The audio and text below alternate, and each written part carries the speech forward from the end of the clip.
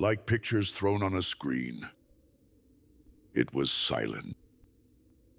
Outside the chamber of horror, Tak was leaping up and down in brutish glee, tossing his long hairy arms on high. At Murillo's shoulder, Nabonidus was laughing like a fiend. Ah, a good stroke, Petraeus. That fairly disemboweled him. Now one for you, my patriotic friend.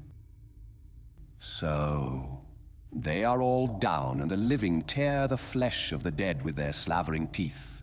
Murillo shuddered. Behind him, the Cimmerian swore softly in his uncouth tongue. Only death was to be seen in the chamber of the gray mist.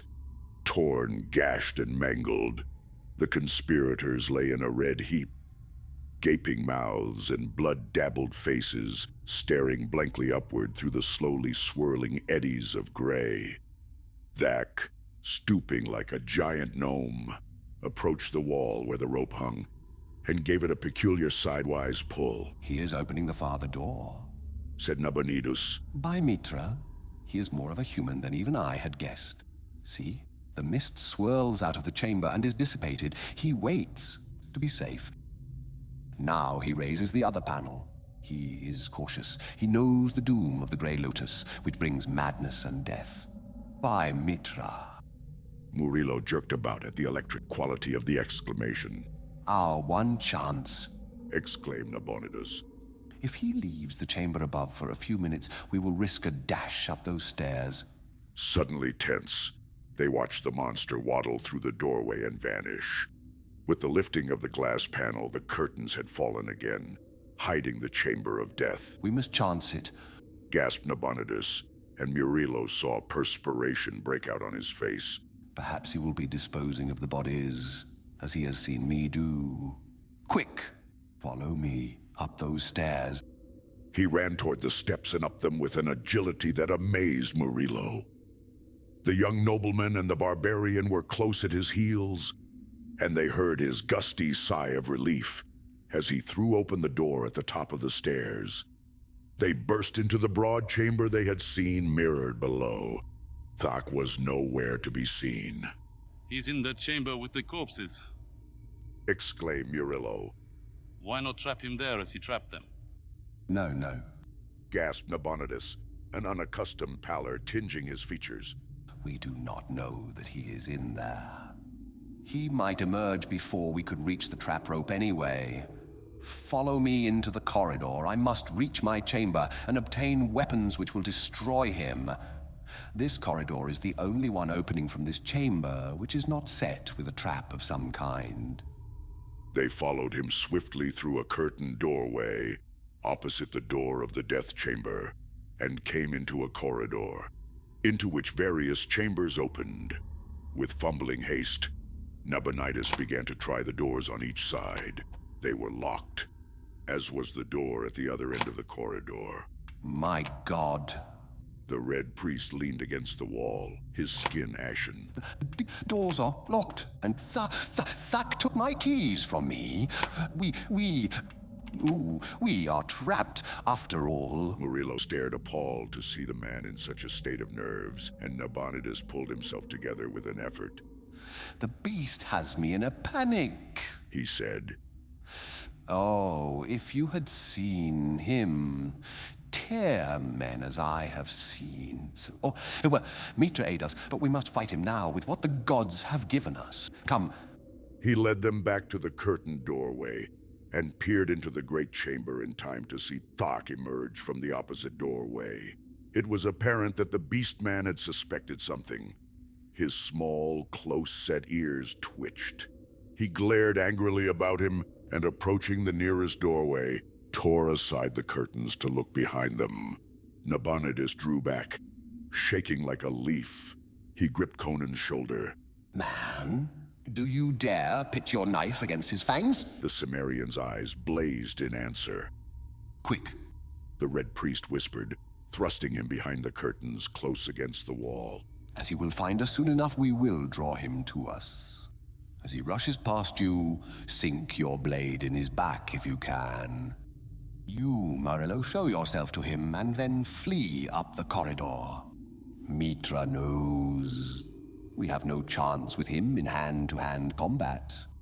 But we are doomed anyway when he finds us. Murillo felt his blood congeal in his veins, but he steeled himself and stepped outside the doorway. Instantly, Thak, on the other side of the chamber, wheeled, glared, and charged with a thunderous roar. His scarlet hood had fallen back, revealing his black, misshapen head. His black hands and red robe were splashed with a brighter red. He was like a crimson and black nightmare as he rushed across the chamber.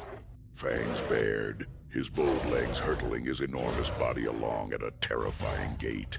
Murillo turned and ran back into the corridor and, quick as he was, the shaggy horror was almost at his heels. Then, as the monster rushed past the curtains, from among them catapulted a great form that struck full on the ape-man's shoulders, at the same instant driving the poniard into the brutish back. Thak screamed horribly as the impact knocked him off his feet, and the combatants hit the floor together. Instantly, there began a whirl and thrash of limbs. The tearing and rending of a fiendish battle. Murillo saw that the barbarian had locked his legs about the ape-man's torso and was striving to maintain his position on the monster's back, while he butchered it with his poniard. Thak, on the other hand, was striving to dislodge his clinging foe, to drag him around within reach of the giant fangs that gaped for his flesh. In a whirlwind of blows and scarlet tatters, they rolled along the corridor, revolving so swiftly that Murillo dared not use the chair he had caught up, lest he strike the Cimmerian. And he saw that in spite of the handicap of Conan's first hold, and the voluminous robe that lashed and wrapped about the ape-man's limbs and body, Thak's giant strength was swiftly prevailing. Inexorably, he was dragging the Cimmerian around in front of him. The ape-man had taken punishment enough to have killed a dozen men. Conan's poniard had sunk again and again into his torso, shoulders, and bull-like neck. He was streaming blood from a score of wounds, but unless the blade quickly reached some absolutely vital spot, Thak's inhuman vitality would survive to finish the Cimmerian, and after him, Conan's companions. Conan was fighting like a wild beast himself, in silence except for his gasps of effort. The black talons of the monster and the awful grasp of those misshapen hands ripped and tore at him. The grinning jaws gaped for his throat. Then Murillo, seeing an opening, sprang and swung the chair with all his power, and with force enough to have brained a human being. The chair glanced from Thak's slanted black skull. But the stunned monster momentarily relaxed his rending grasp, and in that instant Conan, gasping and streaming blood, plunged forward and sank his poniard to the hilt in the ape-man's heart.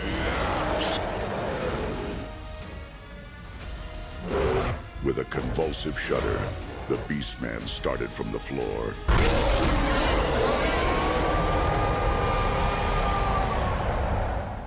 Then sank limply back. His fierce eyes set and glazed, his thick limbs quivered and became rigid. Conan staggered dizzily up, shaking the sweat and blood out of his eyes. Blood dripped from his poniard and fingers, and trickled in rivulets down his thighs, arms, and breast. Murillo caught at him to support him, Conan, here. but the barbarian shook him off impatiently. When I cannot stand alone, it'll be time to die. He mumbled through mashed lips. But I'd like a flagon of wine. Okay. Nabonidus was staring down at the steel figure as if he could not believe his own eyes. Black, hairy, abhorrent, the monster lay, grotesque in the tatters of the scarlet robe, yet more human than bestial, even so, and possessed somehow of a vague and terrible pathos. Even the Cimmerian sensed this, for he panted, I have slain a man tonight, not a beast. I will count him among the chiefs, whose souls I've sent into the dark, and my women will sing of him. Nabonidus stooped and picked up a bunch of keys on a golden chain. They had fallen from the ape-man's girdle during the battle. Motioning his companions to follow him, He led them to a chamber, unlocked the door, and led the way inside. It was illumined like the others. The Red Priest took a vessel of wine from a table and filled crystal beakers. As his companions drank thirstily, he murmured, What a night. It is nearly dawn now. What of you, my friends? I'll dress Conan's hurts, if you will fetch me bandages and the like. said Murillo, and Nabonidus nodded and moved toward the door that led into the corridor. Something about his bowed head caused Murillo to watch him sharply. At the door, the Red Priest wheeled suddenly. His face had undergone a transformation. His eyes gleamed with his old fire. His lips laughed soundlessly. Rogues together, His voice rang with its accustomed mockery. but not fools together. You are the fool, Murillo. What do you mean? The young nobleman started forward. Back! Nabonidus's voice cracked like a whip. Another step and I will blast you. Murillo's blood turned cold as he saw that the Red Priest's hand grasped a thick velvet rope, which hung among the curtains just outside the door. What treachery is this? Cried Murillo. You swore. I swore I would not tell the king a jest concerning you. I did not swear not to take matters into my own hands, if I could. Do you think I would pass up such an opportunity? Under ordinary circumstances, I would not dare to kill you myself without sanction of the king. But now, none will ever know. You will go into the acid vats, along with Thak and the nationalist fools, and none will be the wiser. What a night this has been for me. If I have lost some valuable servants, I have nevertheless rid myself of various dangerous enemies. Stand back. I am over the threshold, and you cannot possibly reach me before I tug this cord and send you to hell. Not the Grey Lotus this time, but something just as effective. Nearly every chamber in my house is a trap, and so, Murillo, fool that you are. Too quickly for the sight to follow, Conan caught up a stool and hurled it. Nabonidus instinctively threw up his arm with a what? cry.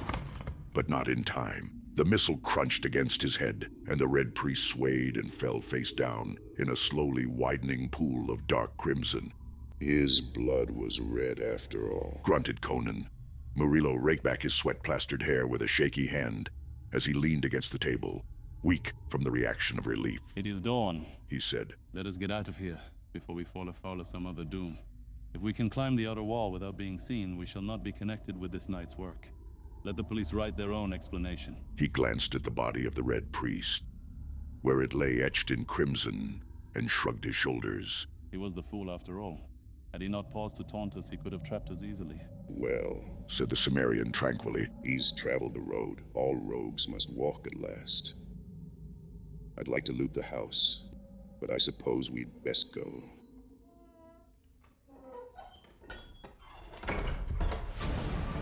As they emerged from the dimness of the dawn-whitened garden, Murillo said, The Red Priest has gone into the dark, so my road is clear in the city, and I have nothing to fear.